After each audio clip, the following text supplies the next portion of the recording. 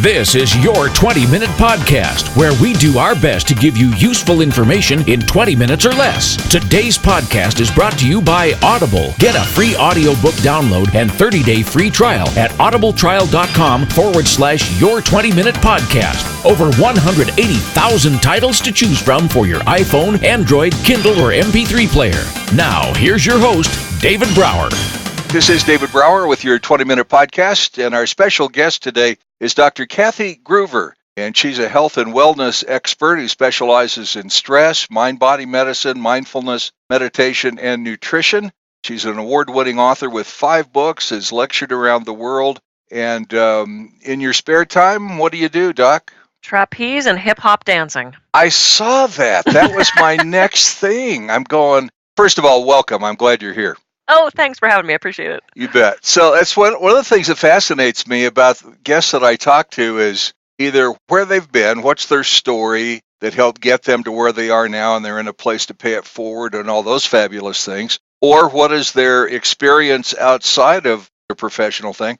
And I interviewed a lady this morning who wrote a book, a dating book. It was just freaking hysterical. But she used to be a national figure skater, and now she's a professional hockey coach. Wow, that's cool. And then I saw yours, and I'm going, flying trapeze and hip-hop? I'm on a roll with my guest today, man. This is... So tell me about that. How do you do your flying trapeze and hip-hop dance in a house in Santa Barbara? Yeah, well, I got to leave the house for that. I discovered trapeze probably about 3.5 years ago, and I'm quite the adventure junkie, and I've told multiple people, I don't really believe in a bucket list. I think we write things down that we want to do, and then we shove it in a drawer, and we don't look at it again until we're 80 or terminal, and then pull it out and go, guess I'm not getting to Albuquerque. Right. To me, it's like you live these things now. And I had a client ask me about all these things I had done. And she said, well, what in the world is left? And I said, I've always wanted to try flying trapeze. And I realized as I said those words, well, I guess I better get on it, right? So she's changing after her massage, and I'm online trying to figure out where I can go do that. And so I went down to Santa Monica, right on the pier in California, which is about an hour and a half or 2 hours away. And I tried one class. I thought it would be a one-off thing. Oh, sure. My God, no. Totally addicted. I'm there all the time. I'm on injured reserve right now, but I'm going to be getting back soon. Oh, my gosh. That is so cool. I got goosebumps on that one because I couldn't agree with you more. I decided to get rid of a bucket list right after I heard the term bucket list and just try to pay attention to, okay, where am I in the moment? What do I want to do? What's kind of tripping my trigger? Oh, that caught my attention. Flying trapeze. I mean, it's not flying trapeze, but, things that are just out of the assumed norm are just so much fun. Yeah, absolutely. And with the dancing, I've been dancing since I was about 5. I think I shot out of the womb and my mother strapped tap shoes to my feet. It was her dream that I was a dancer. And so I get to live that dream. And I hated it when I was a kid. But as I got older, I really did love it. And so I danced throughout high school and college. I danced when I got to California. And I do hip hop 3 or 4 days a week. I'm a funky white chick. That is cool. So white chicks can jump. Yes, they can. Good for you. I'm going to be thinking about that combination, flying trapeze and hip-hop dance. That's just a visual that's not going to go away anytime soon. It's fabulous. I'm glad I could leave you with that. I know. Thank you. All right, let's get back to what you also enjoy, and that's being a health and wellness expert. First of all, what made you decide to become a doctor, and then how did you get into health and wellness part? Yeah, I never made that decision. I followed the breadcrumbs and everything happened as I said yes to things. I was an actor. I left Pittsburgh after college to pursue an acting career. That's how I got to Hollywood. Went straight to what I thought was going to be the big time. And I always had this interest running parallel to the performing of healing and things that were alternative and choices and alternative thinking. My mom got sick when I was 13 and died when I was 18. And there were no options for her. Pittsburgh in the 80s with cancer was chemo, radiation, surgery. That was it. Right. Though that was not the, direct reason I ended up getting into alternative medicine. It definitely was an influence. You can't go through that and not have that influence you in some way. Correct. And so I got to Hollywood pursuing the acting career, and I had studied massage when I was in college. I thought it would be the perfect addition to, in between those mega $1 million movies I was going to be making, I could do massage. And, well, the massage stayed, and the movies never came. But I just started doing it. And when my husband and I moved up here to Santa Barbara, I started full-time. And I realized that my clients wanted a health practitioner. They didn't just want a massage therapist. So I started studying more and more, and I went to Harvard and I studied mind-body medicine there. And I went back to school and I did my master's and PhD with an emphasis in that mind-body medicine. It really tickled me. I just wanted to do it so bad. And then I started writing, and then I started lecturing, which was the acting thing all coming full circle. Exactly. Yep. And here I am, but I swear I just followed the breadcrumbs. I never set out, I never wanted to get into medicine. I'm obsessed with Western medicine now just as an interest, but I never had a desire to be a doctor. Yeah, it was weird. I just sort of ended up here and went, oh yeah, this is exactly where I'm supposed to be. It's pretty cool. It is cool. It's way cool. I love that stuff. My wife followed the breadcrumbs, if you will. She's a public health nurse, and she goes door to door and takes care of newborn babies and moms on Medicaid. Wow. And she followed the crumbs to get there. She had no idea. I mean, she was in the NICU for a long time and that kind of thing. And all of a sudden, this deal opened up, and she did exactly the same thing. And I think if we are blessed enough to be able to pay attention to the breadcrumbs so that we know there are some out there to follow, but so many times I think we don't see the breadcrumbs. Yeah, I think we have so much resistance, and I think we put so much pressure on ourselves to get to one thing. Right. And I remember, as a teenager, we think we know everything, and we think we have it all figured out, and we're all set, and, adults say things to us, and they're just stupid, and they don't know, and they don't get us, and people saying, well, what are you going to do if the acting thing doesn't work out? And me very honestly and seriously looking at them and saying, what do you mean if it doesn't work out? Like, why would it not work out? Like, what's wrong with you, doofus? Of course it's going to work. What the hell's wrong with you? And then I got to California and went, oh, huh. That, yeah. And as I was in it for so many years, and I realized it's totally out of your control. And it's such an irritating profession because you get a degree in it and you're really good at it and you work hard at it, but you're still not that thing. You're a waitress or a secretary or, any other profession. You don't have any lawyers who are like, oh, well, I got past the bar. I'm really good, but I'm a waiter now. You're a lawyer. Exactly. So yeah, I that's fascinating. That everything came full circle though, and I told someone the other day, I said, I'm back on stage. I'm performing every time I do a lecture. I'm just in a different outfit, and I'm not playing the wacky neighbor. I'm playing me. And though I tell funny stories and I do weird voices sometimes, it's performing, but in a different way. I get to educate now with the entertaining as well. Well, and you get the immediate feedback. Yes. Right. It's like doing Broadway. I mean, you get the immediate feedback of your audience, be it 10 people on the left or 50 people on the right. You're going to get a sense of how it's going and adapt your presentation accordingly, I would think. Yeah, absolutely. And I just booked a talk in Rochester, New York, and I said, what is the audience going to be like? Because we were talking about what my topic was going to be. She said, I'll be honest with you, it's probably going to be mostly women because that's who tends to go to these types of things. And I said, yes. And I told her, I said, I just spoke at a health and safety conference in Fort Worth, Texas. The attendees to the conference were about 95% men. And when I stood in the room for my breakout session, I thought, oh no, is anyone going to come? Because this is not my normal crowd. And at 10:20, I was supposed to speak at 10:30. At 10:20, I had 2 people sitting there waiting. And our rule in community theater always was, well, if they outnumber the cast, we do the show. And now I'm a one-person cast, so I had to do the show. But by 10:30, I had 65 or 70 people, and they're mostly men. And they were so, I had to alter that. I talked about the work I did for the military, and I talked about meditation in sports, and I talked about, it's like I wanted them to know it wasn't going to be this airy-fairy, hug it out, cry together, sing Kumbaya, and talk about your feelings. It was going to be a very practical talk. And that is the joy of live presentations, is getting to alter what you say and how the audience affects what you do. Well, you did a pirouette. It was fascinating. Yeah. Oh, yeah, I did. Yeah.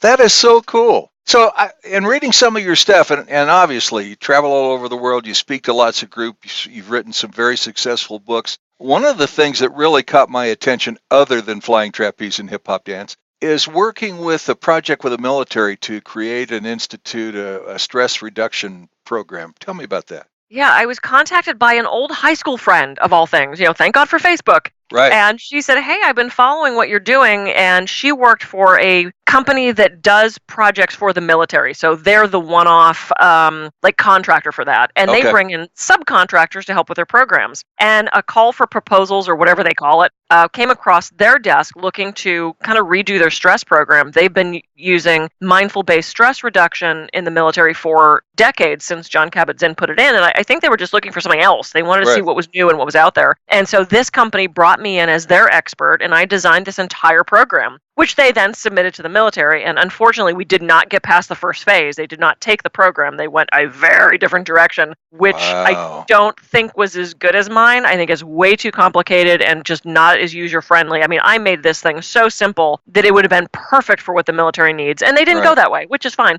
But what it left me with was this amazing experience of working with them and getting on these conference calls and hearing how that all works and the amount of money that they were spending on development and all this stuff. But also it left me with this really awesome, totally user-friendly 5-stage stress reduction program, which I now teach to everybody else. I mean, I already had it.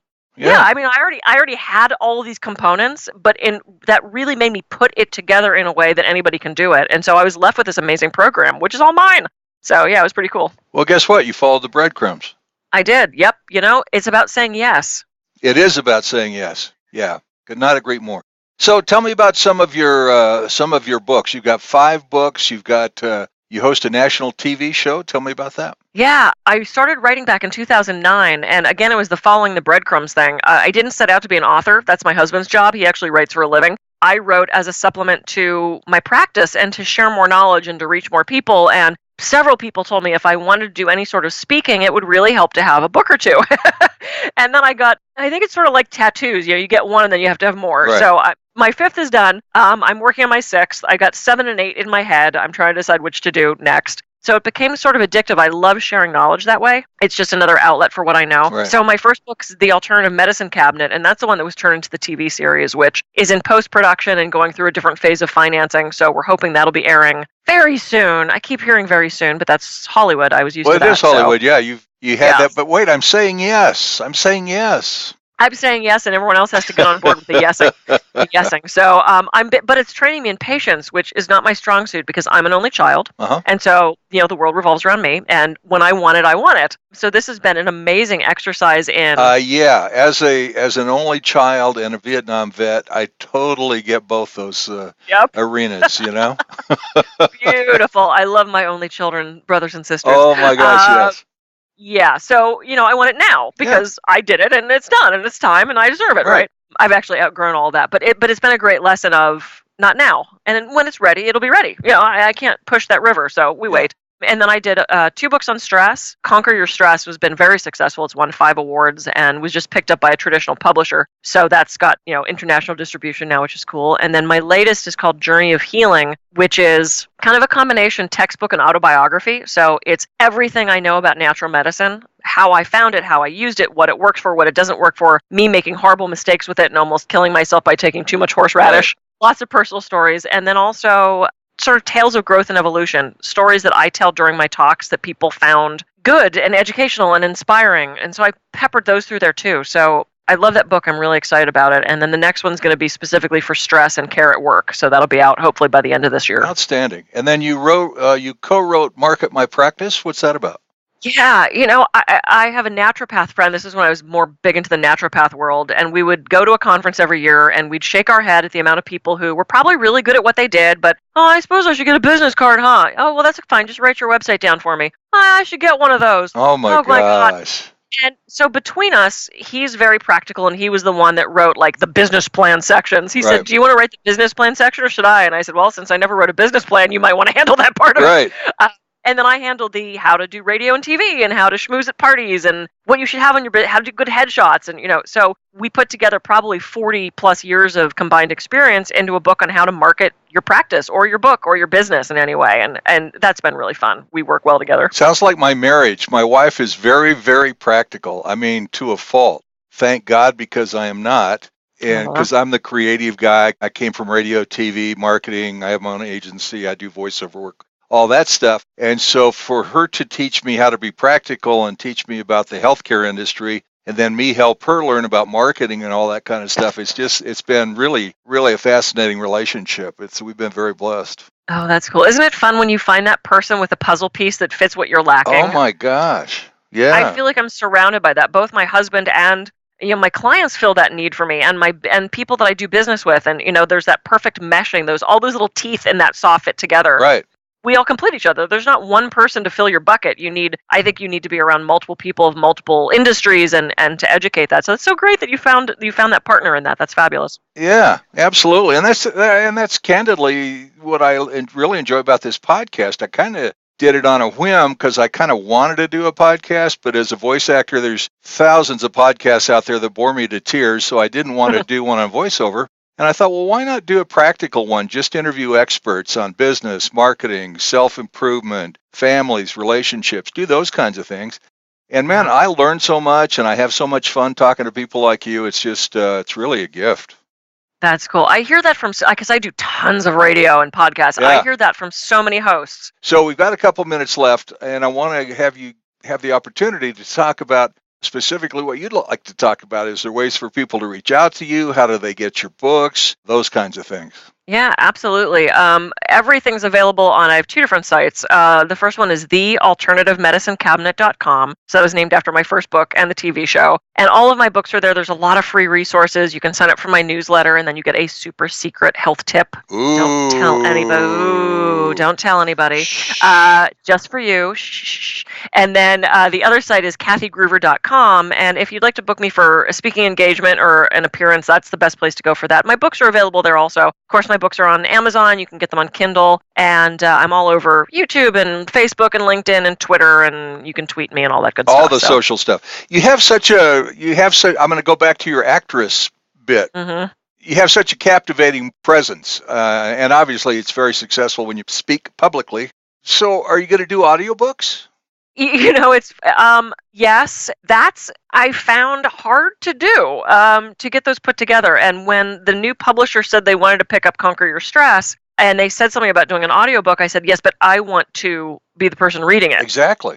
But I don't have the studio to do that, and I have a very dear friend who does a lot of my music for my meditation videos and stuff like that, who said he'd help me out with it, but he's in Virginia and I'm in California, and life happened, and I haven't had time to do that, but I would love to. I would love to do all my books on audio. It seemed quite a big investment, but yeah, no, thank you. I hear that all the time. And the way I write my books, I dictate them, so it's as if I'm talking to you anyway. And I've had so many people say it's like they're actually hearing me talk as they're reading the book, which I think that's the best compliment. Yeah. Perfect. Well, I do audiobooks, so if I can be of help, we should reach out to me sometime.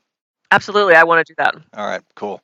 Hey, our special guest has been Dr. Kathy Gruver, and world's fastest 20 minutes. Seriously, this has been great fun, very informative, and be sure to find her everywhere on social media. drkathygruver.com is probably the easiest place to locate you. And continued success in your acting career. Oh, thank you so much.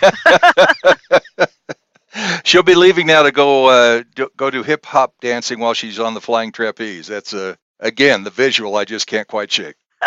Doc, thank you so much. It's been a real treat. Oh, thanks, David. I appreciate it. You bet. You've been listening to your 20-minute podcast with David Brower. Be sure to follow us on Facebook at facebook.com/your 20-minute podcast. Until next time, don't forget to download your free audiobook at audibletrial.com/your 20-minute podcast. That's audibletrial.com/your 20-minute podcast for your free audiobook. And thanks for listening to your 20-minute podcast with David Brower.